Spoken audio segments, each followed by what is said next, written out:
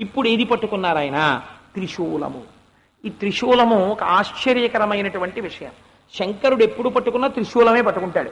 త్రైగుణ్యం శూలమేతస్యాపరసు సత్యనిష్టత అని శివసహస్రనామ స్తోత్రంలో ఆయన నామాల గురించి ఆయుధాల గురించి వ్యాఖ్యానం చేస్తారు వ్యాసుడు. ఆయన త్రిశూలం పట్టుకుంటారు. త్రిశూలము ఎలా ఉంటుంది అంటే తెలియని వాళ్ళు ఎవరు ఉండరు. పైన 3 ఉంటాయి, ఇలాగా ఏదో 3 స్ట్రైట్గా ఉండకపోతే కొంచెం మీరు ఇష్టం వచ్చిన డిజైన్ వేసుకోవచ్చు, దానికి ఏం పెద్ద నష్టం ఏం లేదు. అదే బంగారం గొలుసు చేసుకోవచ్చు, ఉంగరం చేసుకోవచ్చు, ఇలా మీ ఇష్టం వచ్చిన డిజైన్ వేయాలి. కానీ ఆ 3ంటిని విడివిడిగా ఉంచేస్తే 3 మేకులు అయిపోతాయి. త్రిశూలం అనగా ఏమి? ఈ 3 ఉండి పైన ఈ 3 కలిపి ఒక కర్రలో కలిపోతాయి. ఆయన ఎప్పుడు ఆ పైన వాటిని పట్టుకోడు, విడిగా వేటిని పట్టుకుంటాడు? ఈ 3టికి ఆధారమైనటువంటి శూలాన్ని పట్టుకుంటాడు. ఈ శూలం మీద ఏమున్నాయి? 3 ఉన్నాయి. ఇది త్రిశూలము. ఆయన పట్టుకున్నది శూలాన్ని, పైన 3 ఉంది. ఈ 3కి ఆధారమైన శూలాన్ని ఆయన పట్టుకున్నాడు. ఇది శివుడు పట్టుకోవడం అంటే. ఈ పైనున్న 3 ఏవి? బాగా వినండి. సప్త రజస్తమో గుణాలు, జాగృత స్వప్న సుషుప్తులు. ఇవి 3తో ఉంటాయి. ఈ 3తో ఉన్నవే సత్వం. అంటే ఎక్కడో ఉండదండి, ఇక్కడే కాసేపు ప్రశాంతంగా ఉంటుంది. ఉపన్యాసం వింటున్నంతసేపు మనకి తెలిసిపోయింది, అన్ని విషయాలు తెలిసిపోయాయి, ఇంకా మనంత జ్ఞాని ప్రపంచమునందు లేడు అన్నట్టుగా సంతోషం కలుగుతుంది. ఇప్పుడు సత్వమునందున్నాడు, బయటికి వెడతాడు. ఆటో వాడు ఇక్కడేనాయా ఇంద్రపాలెం వస్తావా అంటే 25 రూపాయలు ఇవ్వండి అంటాడు. 25 రూపాయలు 100 రూపాయలు వద్దు అంటాడు. వాడితో జట్టి పడిపోతాడు. ఏమైంది? రజోగుణము. కాసేపు అయిపోయిన తర్వాత ఇంటికి వెళ్ళిన తర్వాత నిద్ర వచ్చేస్తుంది, తమో గుణము. మళ్ళీ నిద్ర లేచాడు, సత్వగుణము. మళ్ళీ ఎక్కడికో వెళ్ళాడు, రజోగుణము. మళ్ళీ కాసేపు ఆగాడు, తమో గుణము. ఎప్పుడు ఎందులో తిరుగుతున్నాడు? ఎన్ని సంవత్సరాలు బతికాడు పక్కన పెట్టేయండి, ఎందులో తిరిగాడు? 3. సత్వ రజస్ తమస్. ఒక ఆయన 90 ఏళ్ళు బతికాడు. ఏమంటే 90 ఏళ్లలో ఏం చేశారు నాకు చెప్పండి అని మీరు అడిగారు అనుకోండి, ఆయన ఏదో చెప్తాడు. సరే అవన్నీ వద్దండి, నేను 3 ప్రశ్నలు అడుగుతా. ఈ 3 కాకుండా మీరు ఏమైనా చేశారా? 1, మీరు మెలకువగా ఉండుట. ఉన్నారా లేదా? ఈ 80 ఏళ్లలో ఉన్నానయ్యా. నిద్రపోవుట, కల వచ్చేట్టుగా నిద్ర వచ్చుట. అలా పడుకున్నారా లేదా? పడుకున్నాను. గాఢ నిద్రయందుండుట. ఉన్నారా లేదా? ఉన్నాను. ఇలా గాఢ నిద్ర, కల వచ్చేటట్టుగా పట్టిన నిద్ర, మెలకువగా ఉండుట. ఈ 3 కాకుండా ఇంకోలా ఏమైనా ఎప్పుడైనా ఉన్నారా? ఎప్పుడు లేడు. ఈ 3లోనే ఉంటాడు. ఉంటే లేచుంటాడు. లేచున్నాడంటే ఏమిటి దాని అర్థం? నేను లేచిపోయానంటే ఉంటాడు. నేను లేచిపోయానంటే ఏమిటి లేచిపోయాడు? వాడి బుర్ర. తెలివిగా ఉన్నాడు అంటే ఇంద్రియాలు పనిచేస్తున్నాయి. మీరు బాగా జ్ఞాపకం పెట్టుకోండి. కన్ను చూస్తోంది, ముక్కు వాసన చెప్తోంది, చెవు వింటోంది, లేచి ఉన్నాడు. నిద్రపోయాడు, కలొస్తోంది అంటే ఏమిటి దాని అర్థం? ఇంకా కన్ను మనస్సులోకి వెళ్ళింది, చెవు మనస్సులోకి వెళ్ళింది. ఇప్పుడు ఆ కన్ను చూడదు, ఇలా విప్పే ఉంటుంది. కొందరు కళ్ళు తెలిసి నిద్రపోతుంటారు. ఆ నిద్రపోతున్నప్పుడు మీరు ఎదురుగుండా పట్టుకెళ్ళి గులాబీ పువ్వు పెట్టారు అనుకోండి, వాడేం చూడడం. అంటే కన్నుంది, కానీ కన్నుకి చూడగలిగిన శక్తి మనస్సులోకి వెళ్ళిపోయింది. ఇప్పుడు ఈ మనస్సు ఏం చేస్తుంది? అలా తమాషా చేస్తుంది. వీడు ఇంతకు ముందు ఎప్పుడో కాశీ వెళ్ళాడు. ఇప్పుడు ఇవాళ రాత్రి వీడు మళ్ళీ కాశీ వెళ్ళినట్టు, కాశీలో గుడి, కాశీలో లింగం అన్నీ చూపిస్తుంటుంది. ఇప్పుడు స్వప్నము అదో సినిమా తెర మీద చూపిస్తూ ఉంటుంది. అది కాసేపు ఆ స్వప్నంలో ఆడుకుంటాడు. ఆ తర్వాత మనస్సు కూడా అలిసిపోయి ఈ ఇంద్రియాల్ని, ఈ మనస్సుని మూట కట్టేసుకుని భుజాన్ని వేసుకుని ఇంద్రియాల్ని, ఈ మనస్సు ఏం చేస్తుందంటే ఆత్మలోకి వెళ్ళిపోయి ఆత్మ వీటిని అన్నింటినీ కూడా జో అచ్యుతానంద జో ముకుంద అని పడుకోబెట్టేస్తుంది. ఇంద్రియాలు మనస్సు లేవనుకోండి, ఏమీ తెలియదు, అలా పడుంటాడు. ఇంట్లో ఉన్న ఆయన తలుపులన్నీ వేసేస్తాడు, తను కూడా బయటికి రాలేడు, తాళాలు కనపడకపోతే అలా వేసేసుకుని నిద్రపోతుంటాడు. ఇంట్లో ఉన్న ఆయన నిద్రపోతుంటే ఇంట్లోకి వెళ్లకుండా వాడు తిరుగుతుంటుంది. ఇంట్లో ఒక ఆయన ఉన్నాడు అని గుర్తు. ఏమిటి? కుక్కోడు తిరుగుతుంటుంది బయట. కుక్క తిరుగుతోందంటే అమ్మో ఇంట్లో ఎవరో ఉన్నారనమాట, కుక్క ఉందని గుర్తు. అలా వీడు చచ్చిపోలేదు, ఇంకా బతికున్నాడని ఏమిటి గుర్తు? ఊపిరోటి కుక్కలా లోపలికి బయటికి తిరుగుతుంటుంది. దీన్ని ఎవడు తీయించాడు గాఢ నిద్రలో? వాడే ఈశ్వరుడు. వాడు లేకపోతే అది కూడా ఆగిపోద్దండి. అది ఆగలా, తీశాడు. ఎవరు తీయించాడు? ఇంకా ఈశ్వరుడు గురించి ఉన్నాడనడానికి మీకు ఇంకింతకన్నా ఉదాహరణ ఏం కావాలి? ఈ ఊపిరి 1,000,000 మంది వైద్యులు వచ్చారు, ఈశ్వరుడు తీయడానికి వీల్లేదు అన్నాడు. తీయించగలరా? 1,000,000 మంది వైద్యులు కూడి వచ్చిన కాని మరణమయ్యడి వ్యాధి మాన్పలేరు. అందుకే అనాహతము అంటారు ఇక్కడ ధ్వనిని. అనాహతము అంటే ఏమిటో తెలుసా అండి? ఒకరి చేత ఆపబడునది కాదు. గుండె లబ్ dub lub dub lub dub అని కొట్టుకుంటుంటుంది. ఈ లబ్ డబ్ అన్న ధ్వని ఏమిటో తెలుసా అండి? పరమేశ్వరుడు దేవాలయంలో ఎదురుగుండా సుప్రభాతం చెప్పి తలుపులు తీయగానే గంట కొట్టడం మొదలెడతారు. ఘంటాపాణి అని ఉంటారు. తాడుకి గంట కట్టి ముందుకి వెనక్కి కొడతారు. కొడుతున్నప్పుడు గంటలు మోగుతున్నంతసేపు ఈశ్వరుడు ఉన్నాడని గుర్తు. గంటలు రాత్రి వేళ తాడేసి స్తంభానికి కట్టేస్తారు. గంటలు మోగట్లేదంటే ఏకాంత సేవ అయిపోయిందని గుర్తు. ఇంకా గుళ్ళోకి వెళ్ళిన దర్శనం ఇవ్వరు. ఏకాంత సేవ అయిపోయిందండి అంటే ఈశ్వరుడు లేడా? ఉన్నాడు, కానీ ఏకాంత సేవ అయిపోయింది. అలా మనం ఈ శరీరం అంతా తయారైపోయిన తర్వాత పరమాత్మ లోపలికి వస్తారు. హృత్పుండరీకం పురమధ్య సగస్తం. ఇక్కడికి వచ్చి కైవల్యోపనిషత్తు అంటుంది, ఇక్కడే హృత్పుండరీకంలో కూర్చుంటారు చిన్న బిందు స్వరూపంతో. కూర్చోగానే గంట ప్రారంభం అవుతుంది. అదే గణ గణ గణ గణ lub dub lub dub lub dub మోగుతూ ఉంటుంది. ఇది అనాహతము. ఈ ధ్వని ఎంతసేపు మోగుతుంది అంటే ఈ గంట మోగేటప్పుడు ఈశ్వరుడి వంక చూస్తుంటుంది సింహాసనం మీదకి. లబ్ అని మోగుతుంది. ఆయన అన్నాడు అనుకోండి డబ్, మళ్ళీ లబ్ డబ్. ఆయన ఎప్పుడు అంటాడు లబ్ అన్న తర్వాత అని వెళ్ళిపోతాడు. ఇంకా డబ్బ అందం, లేకపోతే డబ్ అంది అన్న తర్వాత చూసింది అని దిగిపోయాడు. లబ్ అందం. కాబట్టి మృత్యు ఎక్కడుంది? లబ్బకి డబ్బకి డబ్బకి లబ్బకి మధ్యలో మృత్యు ఉంది కదా. అంతే మృత్యు అంటే అది ఆగిపోయింది. లబ్బని డబ్బండం మానేసింది తిప్పిశారు కిందకి, అయితే డబ్బని లబ్బండం మానేసింది తిప్పిశారు కిందకి. ఇది మీరు ఆపితే ఆగుతుందా? అయ్యయ్యో చాలా కాలం నుంచి మోగుతున్నావు పాపం, టేక్ రెస్ట్ ఫర్ టుడే అన్నారు అనుకోండి, అదేం ఆగదు. అబ్బే ఏమన్నా ఇంట్లో మంగళతోరణం కట్టారు, ఆగిపోకే అని మీరు అన్నారు అనుకోండి, అది ఆగిపోవాలంటే ఆగిపోతుంది. అంతే ఈశ్వరుడి శాసనం అయిపోతాయి. అనాహతము. మీ ప్రమేయంతో అది మోగదు, ఆగదు. కాబట్టి ఇప్పుడు ఏమైంది? ఈశ్వర శాసనము చేత ఇది నడుచుచున్నది. ఈశ్వర శాసనము చేత ఇది నడుచుచున్నది అనబడేటటువంటి భక్తి పుష్కలమైతే, ప్రతి విషయంలో ఈశ్వరుణ్ణే చూడగలిగితే, ఈ భక్తి పండిపోతే, ఈ పండిపోయిన భక్తి జ్ఞానం అయిపోతుంది ఒకనాడు. ఆ జ్ఞానము చేత ఏమైపోతుంది? ఇంకా మళ్ళీ పుట్టవలసిన అవసరం లేకుండా ఈశ్వరుడిలోకే వెళ్ళిపోతాడు. దానికే మోక్షము అని పేరు.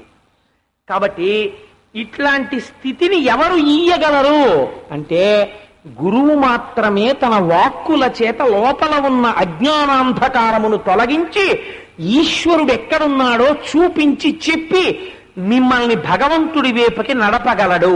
ఇలా నడపగలబడమే చేతిలో తామర పువ్వుని, తామర పువ్వులో లక్ష్మీదేవి ఉండడం, త్రిశూలాన్ని చేత్తో పట్టుకోవడం. ఈ పైన సత్వరజస్తమో గుణాలు, జాగృత్ స్వప్న సుషుప్తులు, ఈ మూడిటికి ఆధారమైనటువంటి ఆత్మ ఈశ్వరుడు ఇక్కడే ఉంటాడు. దీన్ని తురీయము అంటారు. అంటే తను సాక్షిగా ఉండి అవస్థల్ని చూస్తాడు. అవస్థ సాక్షిషి ఓహం అంటారు శంకరాచార్యుల వారు. నేను ఈ అవస్థలకి సాక్షిని, నేను అవస్థని కాను అంటారు. అలా ఉండడం తురీయము. కాబట్టి ఇప్పుడు అట్లాంటి స్థితిలో నీవు ఉండాలి సుమా. ఎప్పుడూ మూడవస్థల్లో ఉండడం కాదు. ఎవరు నిద్రపోయారు రాత్రి? నిద్రపోయినప్పుడు ఎవరు నిద్ర అనబడే సుఖంలో ఏం జరిగింది? అప్పుడు అసలు ఇంద్రియాలు ఏమయ్యాయి? కంటికి చూసే శక్తి ఎక్కడికెళ్ళింది? రాత్రి కల వచ్చింది కదా, ఆ కల ఎందుకు వచ్చింది? కలలో ఈ వస్తువులు ఎలా కనపడ్డాయి? కలలో ఉన్న వస్తువు లేచినప్పుడు లేదు, లేచినప్పుడు ఉన్న వస్తువు నిద్రలో లేదు, నిద్రలో ఉన్న వస్తువు జాగృతిలో లేదు, జాగృతిలో ఉన్న వస్తువు నిద్రలో లేదు. కాబట్టి నిద్రలో లేనిది సత్యమా? జాగృతిలో ఉన్నది సత్యమా? ఇది నిద్రలో ఉండట్లేదు, నిద్రలో ఉన్నది జాగృతిలో ఉండట్లేదు. ఒకసారి ఉన్నది ఓసారి ఉండట్లేదు, ఎప్పుడూ ఉన్నది నీకు కనపట్టలేదు. ఏం ఆశ్చర్యం ఇది! ఇలాంటి వాక్కుల చేత ఈశ్వరుడి వైపుకు నడిపించడం త్రిశూలమును చేత పట్టుట అంటే జ్ఞానము వైపుకి అడుగులు వేయిస్తాడు గురువు. కాబట్టి చేతిలో త్రిశూలమును పట్టుకున్నాడు. ఆఖరణ పట్టుకున్నది ఏమిటి? కమండలము. అంటే నేను ఇంకా అక్షమాల లాంటి జోలికి నేను వెళ్ళటం లేదు, ఇంకా వీటితోనే అయిపోతుంది కాలం అంతానని. దానివల్ల దోషం ఏం లేదు, కానీ ఒక మూర్తిని, ప్రధానంగా కూర్చున్న మూర్తి గురించి నేను మాట్లాడుతున్నాను. కమండలు, చేతిలో కమండలం పట్టుకుంటాడు. ఆ కమండలం పట్టుకోవడంలో ఒక గమ్మత్తు ఉంటుంది. కమండలం అనగా ఏమి అంటే నీళ్లు పోసుకుని పట్టుకునేటటువంటి ఒక జగ్గు అని మీరు డిఫైన్ చేయకూడదు. అమరకోశం చూడాలి. అమరకోశం ఒక గమ్మత్తైన మాట మాట్లాడింది. కం అనగా జలము, దానిని గర్భమునందుంచుకున్నది కమండలవు అంది. ఇలా పైన ఇలా యూ షేప్ లో తిరగబడిన యూ షేప్ లో ఉంటుంది, దాంట్లో నీళ్లు ఉంటాయి, దాన్ని కమండలము అంటారు. కమండలము దేని కొరకు అంటే కమండలానికి పాదుకలకి కొద్దిగా సంబంధం ఉంటుంది. కమండలం చేత పట్టుకుని ఎందుకు తిరుగుతారో తెలుసా అంటే కమండలంలో నీరు ఉంటుంది. 10 మంది మధ్యలోకి వచ్చినప్పుడు వారి ప్రవర్తన చేత లోకం వారిని మరీ వెర్రివాణ్ణి చూసినట్టు చూడకుండా ఉండడం కోసమని కొంచెం కిందకి దిగి లోకం ఒప్పుకునేటట్టుగా ప్రవర్తించడం తప్ప అసలు వారికి అలా ప్రవర్తించకపోయినా నష్టము లేని స్థితిలో ఉన్నారు అని చెప్పడానికి కమండలం చేత్తో పట్టుకోవడం. అంటే నేను అనుకుంటున్నాను బహుశా నువ్వు చెప్పింది ఏమీ మాకు అర్థం కాలేదని చాలా మంది అనుకుంటున్నారని నాకు తెలుసు. ఎందుకన్నా తెలుసా అండి, నేను ఇప్పుడు దీన్ని ఒక ఉదాహరణతో చెప్తే మీరు తొందరగా పట్టుకుంటారు. రమణ మహర్షి అరుణాచలం చేరినప్పుడు ధ్యానం చెయ్యడానికి వెళ్ళినప్పుడు వారి ఒంటి మీద ఉన్న యజ్ఞోపవీతాన్ని తీసేశారు. రామకృష్ణ పరమహంస రాత్రుళ్ళు మారేడు చెట్టు కింద కూర్చుని ధ్యానం చేసినప్పుడు యజ్ఞోపవీతం తీసి ముళ్ళుకి తగిలించేసేవారు. ఎందుకని అంటే నేను ఒక బ్రాహ్మణుడను, అసలు ఆ జ్ఞాపకం ఉండకూడదు, ఏదో ఒక ఫాల్స్ ఇంప్రెషన్, నేను బ్రాహ్మణుడను అంటే మళ్ళీ అహంకారం వచ్చేస్తుంది, అందుకని తీసేసేవారు. రమణులు తపస్సు చేసేటప్పుడు గోచి కూడా తీసేశారు. తీసేసి అవతల పారేసి పాతాళలింగం దగ్గర కూర్చుని తపస్సు చేశారు. తేళ్లు జెర్రిలు వచ్చేసి ఆయన తొడల కింద చేరి కొరుక్కు తినేసాయి, నెత్తురు అట్టలు కట్టేసింది. వారికి ఆత్మసాక్షాత్కారం అయింది. ఆత్మసాక్షాత్కారం అంటే లోపల ఉన్న వెలుగు తెలిసింది. లోపల ఉన్న వెలుగు తెలిసిన తరువాత ఈ పైన ఉన్నటువంటి వస్త్రముల యందు భ్రాంతి లేదు, లోపల ఉన్న ఆత్మ వస్తువే అంతటా కనపడుతోంది. కాబట్టి ఆయనకి గోచి పెట్టుకోవాలన్న భ్రాంతి కూడా లేదు, అది కూడా వదిలేసి తిరుగుతుండేవారు. ఆయన శిష్యులు కొంతమంది చూశారు. ఇప్పుడు చూడండి ఎలా ఉంటుంది మన పరిస్థితి. ఆయన గోచి కూడా పెట్టుకోకుండా తిరుగుతున్నారు అనుకోండి, అయ్యా మీరు ఎంతటి మహాజ్ఞానైనా మీరు లోపల ఉన్న ఆత్మ వస్తువే నాకంతటా కనపడుతోంది, నాకు భగవంతుడు తప్ప ఇంకేం కనపట్టలేదు, ఈ శరీరం ఏమిటి, ఇది అసత్యం, అసత్యమైన వస్తువుకి మళ్ళీ అలంకారం ఏమిటి, చచ్చిపోయినటువంటి శవానికి చాలా అందంగా ఏమంటే కొలతలు తీసుకుని ఉండండి రేపటికి మంచి ప్యాంటు షర్టు కుట్టిస్తాం అన్నారు అనుకోండి, ఎందుకది శవానికి ప్యాంటు షర్టు కుట్టించిన టైలర్ని తీసుకురావడం ఏంటి, అర్థం లేని విషయం. అలా ఇది తనంత తాను అస్తిత్వము లేనిది, ఇది ధరింపబడినది ఆత్మచేత. ఆత్మని తెలుసుకోవడమే ఆత్మకు అలంకారం, శరీరానికి అలంకారం ఏమిటి, ఇది అసత్యం, దీనికి నేనేమి దానికి పోషణ ఉండదు, దానికి ఏం గోచీలు గీచీలు పెట్టాం అని చెప్పి ఆయన తిరిగారు అనుకోండి, ఊళ్ళో ఉన్న వాళ్ళందరూ ఏమంటారు, పిచ్చాడు అంటే. ఎందుకని ఆయన స్థితి నీకు అర్థం కాదు, అర్థం కాక అర్థం కాని స్థితిని ఒప్పుకోలేక ఆయనకి పిచ్చని నీకు పిచ్చి. కాబట్టి ఇప్పుడు ఏం చెయ్యాలి, వీడి కోసం శిష్యులు అన్నారు, మహానుభావ మీరు మహాజ్ఞాని మాకు తెలుసు, కానీ లోకమని ఇంకా నీ ఎత్తుకు ఎదగని వాళ్ళు కొన్ని కోట్ల మంది ఉన్నారు, వాళ్ళ కోసం ఓ గోచి పెట్టుకుంటే తప్పేమిటి అన్నారు. ఆల్ రైట్, నేను ఓ గోచి పెట్టుకుంటే మీకు సంతోషమా, అలాగే పెట్టుకుంటాను అని ఓ గోచి ఓటు ఆయన పెట్టుకున్నారు. ఇప్పుడు ఈ గోచి పెట్టుకోవడం అన్నది ఎవరి కోసం, రమణ మహర్షి కోసమా, ఆయన స్థాయికి ఎదగని మన కోసమా? ఆయన కోసం కాదు, మన కోసం. రమణ మహర్షి సంధ్యావందనం చెయ్యాలా? రమణ మహర్షికి సంధ్యావందనం ఎందుకండి, ఆయన ఆత్మని తెలిసేసుకున్నవారు, ఆయనకి ఇంకా సంధ్యావందనం ఏమిటి. కానీ ఓ 10 మంది కూర్చున్నారనుకోండి, ఎవరో వచ్చి ప్రసాదం ఇచ్చారనుకోండి, ఎవరు ప్రసాదం, ఎవరికి ప్రసాదం, ఉన్నది ఒక్కటే వస్తువు అని అనగలరా? అందుకని 10 మంది కోసం అవును ప్రసాదం అని కళ్ళకి అద్దుకుని నోట్లో వేసుకోవాలి. జ్ఞానిని అర్థం చేసుకోవడం చాలా కష్టం. అలాగే జ్ఞానిని ఇమిటేట్ చేసే ప్రయత్నం కూడా చాలా ప్రమాదం. ఆ స్థాయికి వెళ్ళిపోయిన తరువాత తాను జ్ఞాని అయిపోతాడు.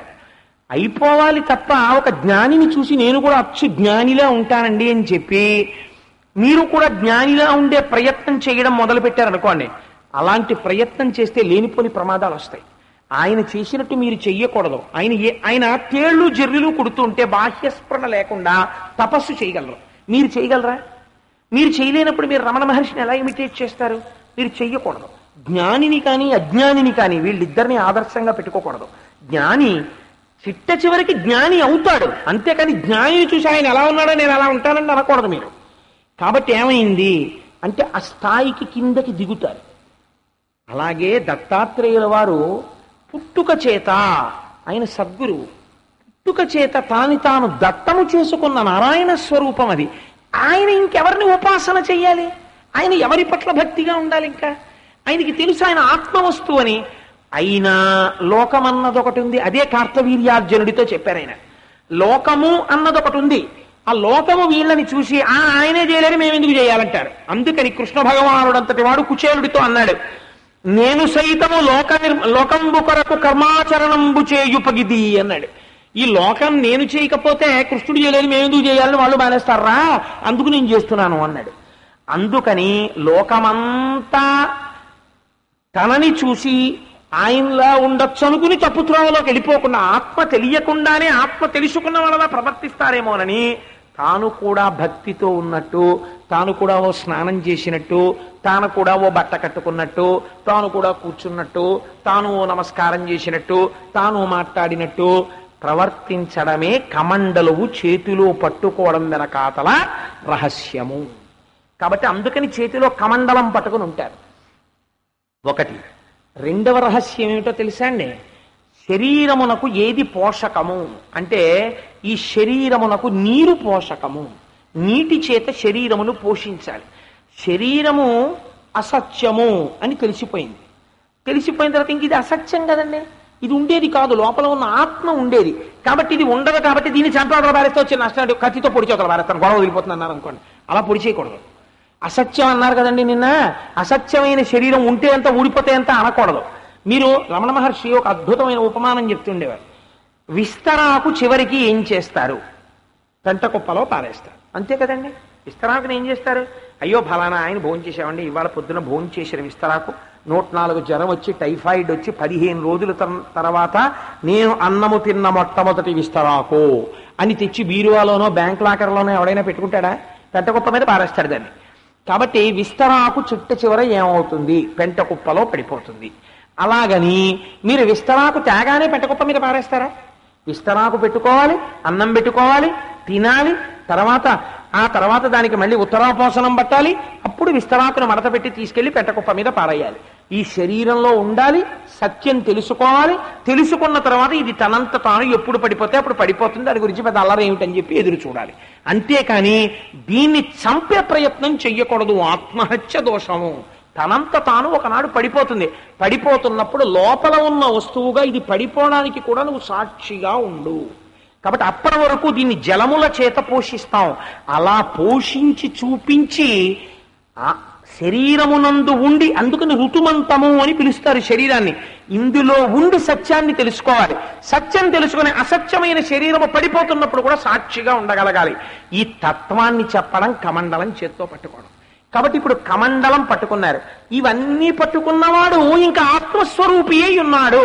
కాబట్టి ఇప్పుడు ఆయన ఇంకా మాట్లాడడం ఏమిటి? ఆత్మవస్తువుతో రమిస్తున్నవాడు మౌనంతో ఉంటాడు. మౌనంతో ఉన్నవాడు కాబట్టి ఆయన ఇంకేం మాట్లాడడు. ఆయన ఇంకేం మాట్లాడు కాబట్టి లోకానికి ఏమైనా పనికొస్తాడా? లోకానికి పనికిరాడు. ఇక మీకేమైనా చెప్తాడా ఆయన? మీకేం చెప్పడం. మీకేం చెప్పడని అనుకోవడానికి వీల్లేదు. వచ్చిన వాళ్ళల్లో యోగ్యుడు అని ఆయన అనుకుంటే వారికి చెప్తారు. వారికి చెప్తారు అని అనడానికి నిదర్శనమేమి? వీరాసనము. కుడికాలు ఎత్తి దేని మీద వేయాలి? ఎడంకాలు మీద వెయ్యాలి. ఎడంకాలు మీద వేసుకుని కూర్చుంటే వీరాసనము వేసుకుని కూర్చున్నట్టు. దాన్ని వీరాసనం అంటారు. ఎందుకు వీరాసనం వేయడం అంటే, వీరాసనము వేసుకున్నవాడు నోరు విప్పి మాట్లాడితే దేని గురించి మాట్లాడతాడు? ఏమంటే కొత్తగా సినిమా రిలీజ్ అయింది బాగుందా, లేకపోతే క్రికెట్ మ్యాచ్ వన్డే ఇంటర్నేషనల్ ఎవరు నెగ్గారండి, ఇవన్నీ మాట్లాడాడు అనుకోండి, వాడికి వీరాసనం వేసుకునే అధికారం లేదు, కాషాయం కట్టుకునే అధికారం లేదని. వాడు దేని గురించి మాట్లాడతాడు అంటే, ఎప్పుడు నోరు విప్పినా బ్రహ్మముని గురించే మాట్లాడతాడు. కాబట్టి ఎప్పుడూ బ్రహ్మముని గురించే మాట్లాడుతున్నాడు. కాబట్టి ఆయన ఏం వేసుకుంటాడు? వీరాసనం వేసుకుని ఉంటాడంటే తత్వబోధ మాత్రమే చేస్తాడు. భగవత్ సంబంధమైన విషయాన్ని, పరమసత్యమైన విషయాన్ని మాత్రమే ఆయన మాట్లాడతాడు. కాబట్టి వీరాసనం వేసుకుని ఉంటారు. కాళ్ళకి చెప్పులు వేసుకోరు. మనం ఏం వేసుకుంటాం? చెప్పులు వేసుకుంటాం. ఆయన ఏం వేసుకుంటారు? పాదుకలు వేసుకుంటారు. మీరు చంద్రశేఖర బ్రహ్మచార్య స్వామిని చూడండి, పాదుకలు వేసుకుంటారు. లేకపోతే మీరు ఒక రమణ మహర్షి అసలు అన్ని అవస్థలకి అతీతమై, అన్ని ఆశ్రమాలకి అతీతమైన స్థితిలో ఉన్నారు ఆయన. కాబట్టి గురువులైనటువంటి వారు పాదుకలు తొలుక్కుని పెడతారు. మీకు ఒక చిత్రమైనటువంటి విషయం ఉంటుంది. పాదుకా పూజ అని పరమహంసలైనటువంటి వారు యతి పురుషులైనటువంటి వారు వస్తే పాద పూజ చేశామండి అంటారు. మీరు ఎప్పుడైనా చూశారో, చాలా మంది పెద్దలు ఇక్కడ చూసి ఉంటారు. పాద పూజ అంటే వారి పాదములకేం పూజ చేయరండి. దేనికి చేస్తారో తెలుసా?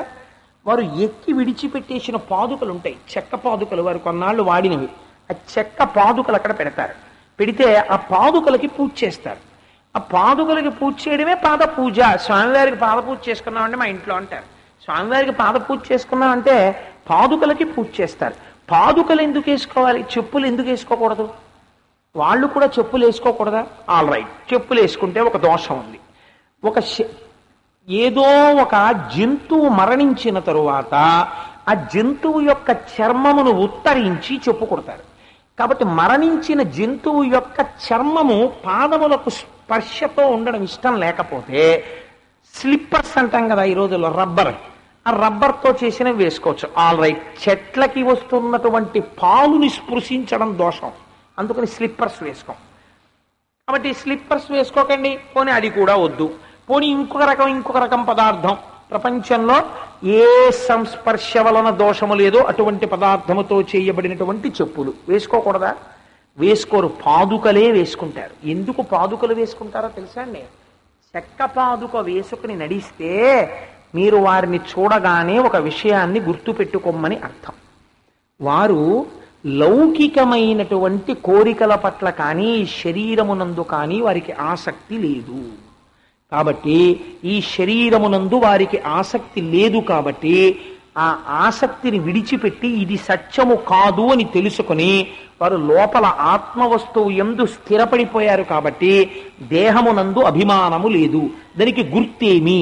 పాదుకను తొడుక్కుని నడుస్తారు. ఈ ఒక పాదుక విడిచిపెట్టి దత్తాత్రేయ స్వామి వారు కుడికాలు తీసి ఎడంకాలు మీద వేసుకుంటారు. మీరు గురుపాదుక కనపడగానే ఏం చేస్తారు? గురుపాదుకలకి నమస్కరిస్తారు.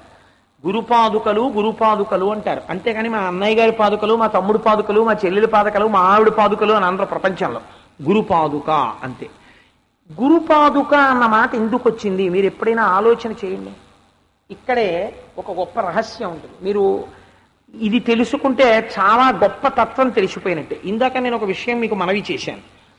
నేను ఉపన్యాసం చెప్తే నా నోటిని కళ్ళకద్దుకుని ఎవరో నమస్కారం పెట్టరు, నా పాదాలు కళ్ళకద్దుకుని నమస్కారం పెడతారు అని. అంటే నాకు నా నోరు కళ్ళకద్దుకుని ఎవరో నమస్కారం పెట్టాలని కోరికేం లేదు. ఆ మాటకు వస్తే నాకు కాళ్ళకి నమస్కారం పెట్టాలని నాకేం కోరిక లేదు. కానీ పాదాలకు ఎందుకు నమస్కారం పెడతాం అంటే మీరు బాగా జ్ఞాపకం పెట్టుకోండి. మీ ప్రమేయము లేకుండా మీ జీవనము నడవడానికి ఎప్పుడూ పైకి లేచి ఉండేది శరీరంలో తల, ఎప్పుడూ కింద నుండేవి పాదములు కదండి. పాదాలు పైకి వెళ్ళాయి అనుకోండి అస్తవ్యస్తంగా ఉంటుంది. తల కిందకు వచ్చింది అనుకోండి అందులో ఏదో గమ్మత్తు ఉండాలి. తల ఇలా నిలబడ్డం అంటే ఏమిటో తెలుసా అండి? వాడికి తల పొగర్రా అంటారు, వాడికి గుండె పొగర్రా, వాడికి చేతి పొగర్రా, వాడికి కాలు పొగర్రా అనరు. పొగరు దేనివల్ల వస్తుంది? ఏదో ఒక విషయాన్ని చూసుకుంటాడు. అబ్బా నా అంత వాడి ఇంకా ప్రపంచంలో ఎవడున్నాడంటాడు. వీడికి రూపాయి ఉంది అంతే, నా అంత వాడిని నేను. వాడికి పొగరు ఉన్నది శరీరమునందు చాలా అహంకారగ్రస్తమై ఉన్నాడు. వాడికి ఇంకా అహంకారము వదలలేదు. గుర్తేమో తెలుసా అండి? పెద్దల ముందు ఇది వంగదు, ఇలా వంగి నమస్కారం పెట్టలేడు. అలా ఎందుకు పెట్టాడు? అహంకారము చేత ఇది నిలబడే ఉన్నది. ఇది వంగిపోవాలి. ఎవరి దగ్గర వంగిపోవాలి? ఈ అహంకారం నిన్ను నాశనం చేస్తోందని దీని మీద మమకారమే వదిలి తిరుగుతున్న మహానుభావుడు ఎవడున్నాడో వాడి పాదాల కింద నలిగిపోతున్న పాదుకల ముందు నీ శిరస్సు వంగిపోవాలి. వంగిపోతే నువ్వు కృతకృత్యుడవయ్యావు మనిషి పుట్టినందుకు.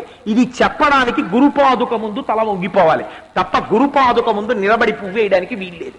గురువు పాదములను స్పృశించి నమస్కరించడం వెనక రహస్యం ఇది. ఇలా నిలబడి ఎన్ని జన్మలెత్తానో పెద్దల దగ్గర ఇలా వంగితే నాలో అణకువ వచ్చినట్టు.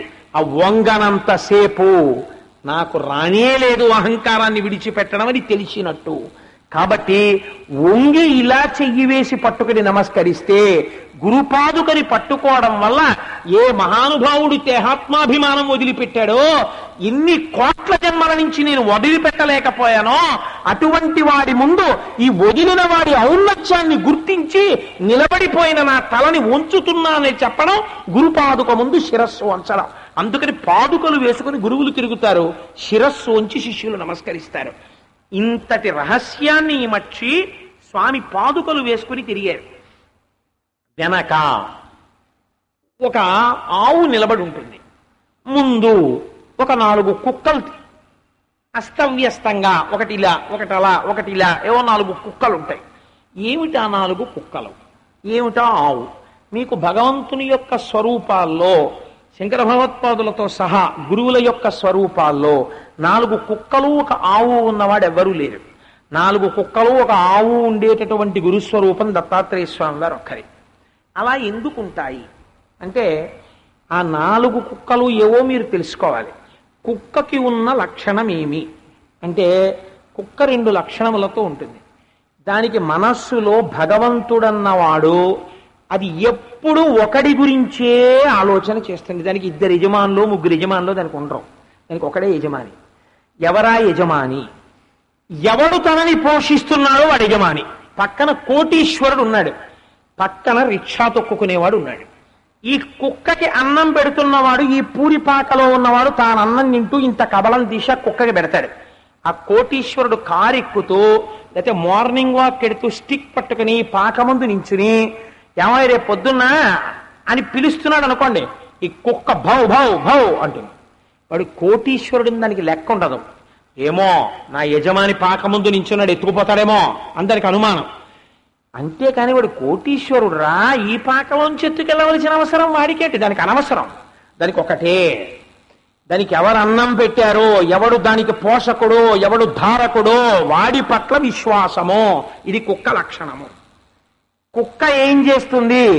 ఎప్పుడూ యజమాని శ్రేయస్సే. దానికి ఏం కావాలి? మీరు కుక్కల్ని చూడండి, ఆశ్చర్యకరమైన లక్షణంతో ఉంటాయి.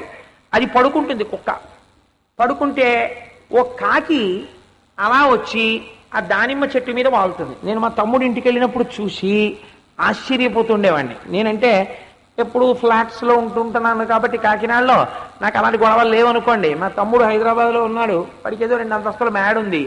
నా యందు చాలా ప్రేమ కలిగిన వాడు కాబట్టి అప్పుడప్పుడు వాడి ఇంటికి వెళ్ళి కొన్నాళ్ళు గడిపొస్తూ ఉంటాను. వాడి ఇంటికి వెళ్ళినప్పుడు బాల్కనీలో కూర్చుంటే ఓ పెద్ద గుర్రం అంత కుక్కో దాన్ని పెంచాడు వాడు. ఆ కుక్కని ఓ పెద్ద గొలుసేసి కట్టేస్తాడు. చిత్రం ఏంటంటే అది నేను కారు దిగి ఇంట్లో పెడుతుంటే భౌ భౌ అంటుంది. బట్ దానికి ఏమర్థం అవుతుందో తెలియదు. ఒకవేళ ఆ కారు డ్రైవ్ చేసుకొచ్చిన వాడు ఈయన నీ యజమాని కూడా నమస్కరించేవాడు, ఆయన అన్నగారు అందనుకోండి, అదేమి ఊరుకోదు, భౌ భౌ అంటుంది. మా తమ్ముడు దిగొచ్చి మా అన్నయ్య ఓ టామీయో జూలియో బీలియో ఏదో పెట్టి అన్నయ్య తప్పో అలాను వరకూడదు అన్నాడు అనుకోండి, దానికి ఏమర్థం అవుతుందో తెలీదు. అది వెంటనే ఇలా ఇలా ఇలా ఇలా తోకాడించి మర్నాడు మా తమ్ముడితో కలిసి ఆ ఎదురుగుండా ఉన్న ఏదో ఒక పెద్ద కొండలాంటిది ఒకటి ఉంటే వాడి ఇంటి ముందు కూర్చున్నాను నేను. కూర్చుంటే మా మరదలు కాసేపు ఆ కుక్క అటు ఇటు ఇటు పరిగెడుతుంది. ఆ గొలుసు విప్పేసింది. విప్పేస్తే అది ఉరకల పరుగుల మీద కొండ మీదకి వచ్చేస్తుంది. నేను అనుకున్నాను అది ఏదో మా తమ్ముడితో ఆడుకుంటుందా అనుకున్నాను. నాకు కుక్కలంటే భయం. కుక్కలేంటి ప్రపంచంలో అన్ని భయమే నాకు. కాబట్టి ఆ కుక్క ఎవరికి అజ్ఞానం ఎక్కువ వాడికి భయం ఎక్కువ. ఆ కుక్క గబగబా వచ్చేసింది. వచ్చేసి అమాంతం నేను ఇలా కూర్చుని ఉంటే అంత పెద్ద కుక్క నా 2 భుజాల మీద 2 కాళ్ళేసి నాలుక వేలాడుతూ ఇలా ఇలా చూస్తాను. నేను హడిలిపోయాను దాని నోట్లోకి చూసి. అంత దగ్గరగా నేను కుక్క నోరు ఎప్పుడు చూడలేదు. వీరే ఇదేమిట్రా ఈ కుక్క, ఇది తీసేయరా అంటాను నేను.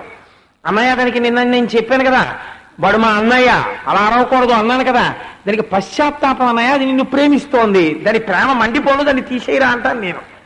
అంటే కుక్క చూడండి తన యజమాని అన్న మాటకి కట్టుబడిపోతుంది అంతే.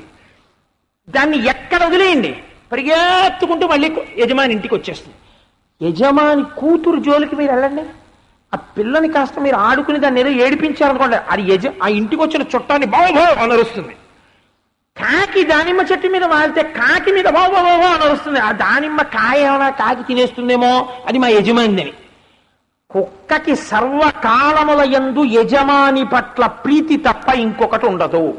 ఆఖరికి ఆ యజమాని కారు దిగి ఇంట్లోకి వెళ్ళిపోతుంటే ఆయన దానికి ఏమైనా స్వీట్లు తెచ్చాడా, హాట్లు తెచ్చాడా, లేకపోతే దాన్ని ఏమైనా పోషించాడా, దానికి అన్నం పెట్టాడా? ఆ ఇంటి యజమాని ఆయన వెళ్ళిపోతుంటే అది గబగబ గబగబా వచ్చేసి 2 కాళ్ళు ఎత్తేసి తాకు ఊపేసి నడుం తిప్పేసి కాళ్ళ మీద పడిపోయి నాకేసి నానాలర చేసి కుయ్యి కుయ్యి కుయ్యి కుయ్యి అనేసి పడుకుంటుంది. ఓ 10 రోజులు యజమాని రాలేదనుకోండి, అది గేటు వంకే చూసి గేటు వంకే చూసి గేటు వంకే చూసి అన్నం తినడం మానేసి ఆ యజమాని ఓ నెల్లాళ్ళు ఎక్కడికో తాళం పెట్టి వెళ్ళిపోతే అన్నం తినడం మానేసి చచ్చిపోయిన కుక్కలు నాకు తెలుసు, మీకు తెలిసే ఉంటాయి. కుక్క దేనికి గుర్తో? వేదము దానికే గుర్తు. విద్ అంటే తెలుసుకొనుట, దేనిని తెలుసుకొనుట. కుక్కకి ఏం తెలుసు? యజమాని ఒక్కటే తెలుసు. ఇంకొకటి తెలిస్తే కుక్క అటెన్షన్ డైవర్ట్ అయిపోతుంది. కుక్కకి యజమాని శ్రేయస్సే తెలిసినట్టు వేదమునకు భగవంతుడి గురించి మాత్రమే చెప్తుంది. భగవంతుణ్ణి మాత్రమే ప్రతిపాదించేటటువంటి 4 వేదములుగా ఉన్నటువంటి రాశి ఈశ్వరుడునే ప్రతిపాదిస్తూ ఆయన చుట్టూ తిరుగుతోంది.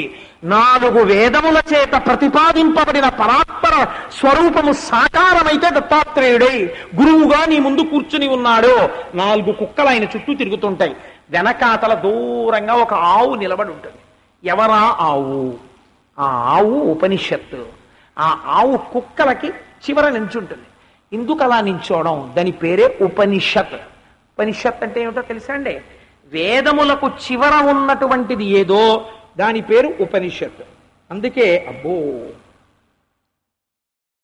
8:30 అయిపోయిందే. 8:30 కరెక్టేనా అమ్మా? 8:30 కరెక్టేనా? నేను పూర్తి చేసేస్తాను, క్షమించండి, కొద్దిగా టైం ఎక్కువ తీసేసుకుంటున్నాను, అది మర్చిపోయాను నేను ఇవాళ ఆనందంలో. ఆ ఆవు ఉపనిషత్ స్వరూపము. వేదములు భగవంతుడి గురించి ప్రతిపాదన చేసి కర్మభాగమును జ్ఞానభాగమును ప్రతిపాదన చేస్తే ఉపనిషత్తులు కేవలము జ్ఞానము గురు శిష్య సంవాద రూపంలో ఉంటాయి. అవి ఉపనిషత్తులు దేని గురించి చెప్తాయి అంటే కేవల జ్ఞానము. దాని పేరు ఇంకొకటి పెట్టకూడదా? పెట్టలేదు. అవి ఉపనిషత్తులు. అందులో ఈశావాస్యోపనిషత్, కఠోపనిషత్, మాండూక్యోపనిషత్ అలా ఉంటాయి పేర్లు. అది లోపల ఎవరు మాట్లాడుకున్నారో గురు శిష్యుల్ని బట్టి పేరు మారుతుంటుంది, ప్రతిపాదన బట్టి మారుతుంది. కానీ ఉపనిషత్ అన్నది మారదు. ఎందుకు ఉపనిషత్ అనాలి? ఇంకో మాట అనకూడదా? ఆ మాట అనడం వెనకాతల ఒక రహస్యం ఉంది. షద్ అంటే జీర్ణమగుట. ఏది జీర్ణమైపోతుంది? ఈ జగత్తంతా జీర్ణమైపోతుంది. ఎందుకు జీర్ణమైపోతుంది? జగత్తుకి షడ్వికారములున్నాయి. బాగా జ్ఞాపకం పెట్టుకోండి. ఒకనాడు లేదు, కానీ దానికి డేట్ ఆఫ్ బర్త్ అన్నది ఉన్నది, పుట్టినది. అది అసలు పుట్టకుండా ఎప్పటి నుంచో ఉన్నది కాదు.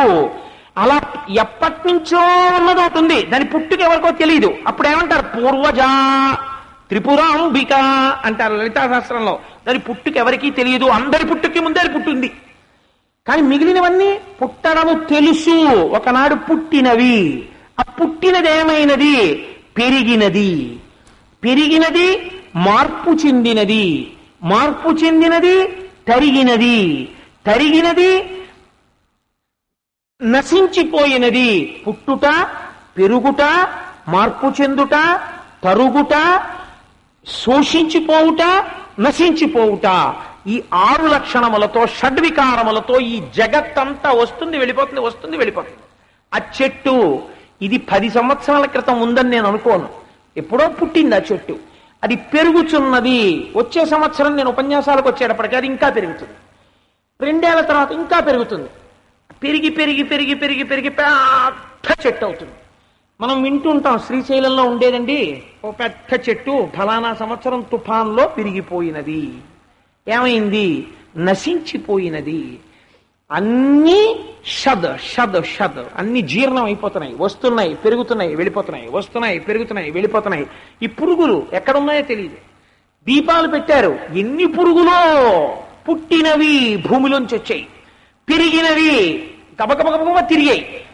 రేపొద్దుటికి ఇవన్నీ పరదాలు పైకెత్తితే తూకం వేస్తే ఓ బస్తాడో 100 కేజీలో వస్తాయి. నశించిపోయినవి. నశించిపోతున్నవన్నీ షద్. నశించనిది. నశించిపోతోంది అంటే ఈ నశించిపోయేవన్నీ పుట్టడానికి ఒకటి ఉన్నది. అది లేకపోతే ఇవి ఎలా పుడుతున్నాయి? ఇవన్నీ పుట్టడానికి ఆధారమైనది ఒకటి ఉన్నది, దానికి మార్పు లేదు. మీకు ఒక్క ఉదాహరణ చెప్తే మీరు తేలిగ్గా పట్టుకుంటారు. సినిమా ఉన్నది, సినిమా రీల్ వేస్తున్నప్పుడు సినిమా ఇలా కదులుతూ మీకు కనపడుతుంది. సినిమా కదులుతున్నప్పుడు సినిమాలో ఆ పాత్రలన్నీ కదులుతుంటాయి. ఓ 2.5 గంటల సేపు కదులుతున్న సినిమా కదులుతూ కనపడాలంటే కదలనిది ఒకటి ఉండాలి, అది తెర. తెర లేదనుకోండి సినిమా కనపడదు. కాబట్టి తెర ఉంటే సినిమా కనపడింది. అసత్యమైన సినిమా సత్యమైన తెర మీద పడుతోంది. ఇవాళ సీతారామ కళ్యాణం సినిమా వేశారు, తెర నేను పొంగిపోయానండి, చాలా బాగుంది అమ్మా, నా అదృష్టం నిజంగా నా మీద సీతారామ కళ్యాణం వేశారు అని ఏం పొంగిపోదు. ఓ నెల పోయిన తర్వాత కత్తులు రత్తయ్యా ఈ తెర మీద వేస్తున్నాం అన్నారు. అరే రే నా కర్మ, నా మీద కత్తులు రత్తయ్య వేస్తారా, ఉదాహరణకి చెప్పానంతే నేను అని ఆ తెర బెంగబెట్టుకోదు. అది సుఖమునకు దుఃఖమునకు అన్నిటికీ సాక్షి సత్యము అలా ఉంటుంది. అది అలా ఉంటేనే సినిమా పడుతుంది, అంతేకాని కత్తులు రత్తయ్య నా మీద వేయడానికి వీల్లేదండి అందనుకోండి, ఇంకా అది తెర ఎందుకు అవుతుంది? దానికి ఏం సంబంధం లేదు, అది అలా ఉంటుంది అంతే. దాని మీద ఏం వేయండి పడుతుంది, కానీ దానికి ఏం సంబంధం లేదు. ఇన్ని అయిపోతాయి. టిక్కెట్ కొనుక్కున్నవాడు 30 రూపాయలు ఇచ్చి కాసేపు మాయలో ఉండి అనేక భావాలు అనుభవించేసి శుభం అని వాడు వేసేసిన తర్వాత దీని వలన వాడు పొందింది ఏమిటో గుర్తొచ్చి భారమైన గుండెలతో వెళ్ళిపోతాడు ఇంటికి. అలా ఇంతమంది భావములకు ఈ సత్యాన్నంతటినీ గ్రహించేది ఆ తెర ఒక్కటే, మిగిలింది ఏదీ సత్యం కాదు, అంతా అసత్యం. అలా ఈ షద్ నశించిపోయి జాయతే గచ్చతే ఇది జగత్ వచ్చి వెళ్ళిపోయే ఈ జగత్ అంతటికి ఆధారమైన సత్యము ఏది ఉన్నదో అది భగవన్, అది పరమాత్మ. ఇప్పుడు నషద్ జీర్ణము కాని సత్యమైన పరబ్రహ్మమైన భగవంతునికి దగ్గరకి తీసుకెళ్ళగలను, నేను దర్శనము చేయించలేను. ఎందుకని? దర్శనం నీ నిష్ట మీద ఆధారపడింది. అంటే దగ్గరకు తీసుకుని వెళ్ళుట. ఉపనిషద్ ఏది నశించనిదో నశించని దాని దగ్గరికి తీసుకుని వెళ్ళునది. అందుకనే మీకు సమస్తమైన ఆహారము యొక్క సారమేది? పాలు. చంటి పిల్లాడు తల్లి పాలు దొరకలేదు, ఆ తల్లికి ఏదో బాధ, పాపాడు ఇవ్వలేకపోయింది పాలు, ఆవు పాలు పట్టేయండి, వాడు వృద్ధిలోకి వస్తాడు. ఓ పిల్లాడు చదువుకుంటున్నాడు, వాడికి బాగా మేధస్సు పని చెయ్యాలి, అలాగని వాడు ఏదో కడుపు నిండా తినేస్తే నిద్ర వస్తుంది, ఓ గ్లాసులు పాలు తాగు, నీరసం రాదు. ఓ ముసలాయన జ్వరం వచ్చింది, పాలు తాగు, ఏమి ఇబ్బంది లేదు. అన్ని స్థితులలో ఉన్న వాళ్ళకి, అన్ని వయస్సుల్లో ఉన్న వాళ్ళకి ఏది ఔషధమో? ఆవు పాలు ఔషధము. ఆవు పాలు అన్నిటి యొక్క సారమైనట్టే సమస్త జ్ఞానము ఉపనిషత్తు యందు ఉన్నది. ఆ ఉపనిషత్తే జ్ఞానము, ఆ జ్ఞానమే పాలు, ఆ పాలు ఇచ్చేది ఆవు, జ్ఞానమును ఇచ్చేది ఉపనిషత్తు. ఆ ఉపనిషత్తు శృతులకు చివర ఉన్నది, వేదముల చివర ఉన్నది, కుక్కలని దాటిన తరువాత ఆవు ఉన్నది. ఈ ఉపనిషత్తులు ఎవరి దగ్గర ఉన్నాయి? ఎవరి గురించి చెప్తున్నాయి? ఆ దత్తాత్రేయుడు గురించే చెప్తున్నాయి, ఆ మహానుభావుడు శ్రీమన్నారాయణుడు గురించే చెప్తున్నాయి, ఆ సదాశివుడి గురించే చెప్తున్నాయి. నామంతో ఏముంది? ఉన్నది భగవంతుడి గురించి. ఇవన్నీ దేని గురించి ప్రతిపాదిస్తున్నాయో అవన్నీ నన్ను సేవిస్తున్నాయి. అంటే గురువుకి కరతలామలకమై ఉన్నాయి. ఏవి? వేదములు, ఉపనిషత్తులు, పురాణములు, శాస్త్రములు, జ్ఞానము గురువుకి కరతలామలకమై ఉసిరికాయ చేతిలో పట్టుకున్నట్టుగా సమస్తము తాను అనుభవించి శిష్యులకి ఉదారముగా పంచిపెడుతున్నాడు గురువు. అలా ఉదారంగా అడిగేవాడుంటే చెప్పడానికి నేను సిద్ధంగా ఉన్నా. నిజంగా జ్ఞానం కావాలని నీకు కుతూహలం ఉందా? ఉంటే నా పాదాల వంక చూడు. నీకు ఇలా చూడగానే నా గోటి కాంతి చూస్తే చాలు, నీ అజ్ఞానం తీసేస్తాను. ఇలా చెప్పడానికి సిద్ధంగా ఉన్నాను, దాచుకోవడానికి ఉన్నవాడను కాను అని చెప్పడానికి వీరాసనం. ఇన్ని వేసుకుని ఉదారుడై మహానుభావుడు ఆ దత్తాత్రేయుల వారు మనకి ఎదురుగుండా దర్శనమిస్తున్నారు. కాబట్టి మనం ఏం చెయ్యాలి? వారికొక్క నమస్కరిస్తే చాలు. మీకు చాలా చిత్రాతి చిత్రమైన విషయం ఒకటి ప్రతిపాదన చేస్తాను. ఈయనే ఇంత గొప్పవారైతే ఈయన గురువు ఎంత గొప్పవారై ఉండాలి? దత్తుడికి గురువు ఎవరు? ఒకవేళ తండ్రి అత్రి గురువా, తల్లి అనసూయమ్మ గురువా? దత్తాత్రేయుల వారు తనకి గురువు అని ఎవరి గురించి చెప్పారు? ఆయనకి ఎలా వచ్చింది మరి జ్ఞానం? ప్రపంచంలో గురువు లేకుండా రాదు కదా. మరి దత్తాత్రేయుల వారికి గురువు ఎవరు? మరి కృష్ణుడు భగవానుడేగా, కృష్ణుడిగా ఉండగా సాందీపని మహర్షి దగ్గరికి ఎందుకు వెళ్ళాడు? మరి దత్తాత్రేయుల వారికి గురువు ఉండాలిగా. మరి దత్తాత్రేయుల వారికి గురువు ఎవరు? ఎవరి వలన దత్తుడికి ఇంత గొప్పతనం వచ్చింది? మరి ఆ గురువు గురించి ఎందుకు చెప్పరు? చెప్తారా చెప్పకూడదా? చెప్పి తీరాలి కదా. ఆ గురువు ఎవరు? అసలు ఆ గురు శిష్యులు ఏమిటి? ఆ గురు శిష్య సంబంధం ఏమిటి? అందులో ఉన్న గమ్మత్ ఏమిటి? ఈ విషయాల్ని రేపటి రోజున విజ్ఞాపన చేసేటటువంటి శక్తి దత్తాత్రేయుల వారు నాకు కటాక్షించుగాక. సర్వం శ్రీ ఉమామహేశ్వర పరబ్రహ్మార్పణమస్తు. స్వస్తి.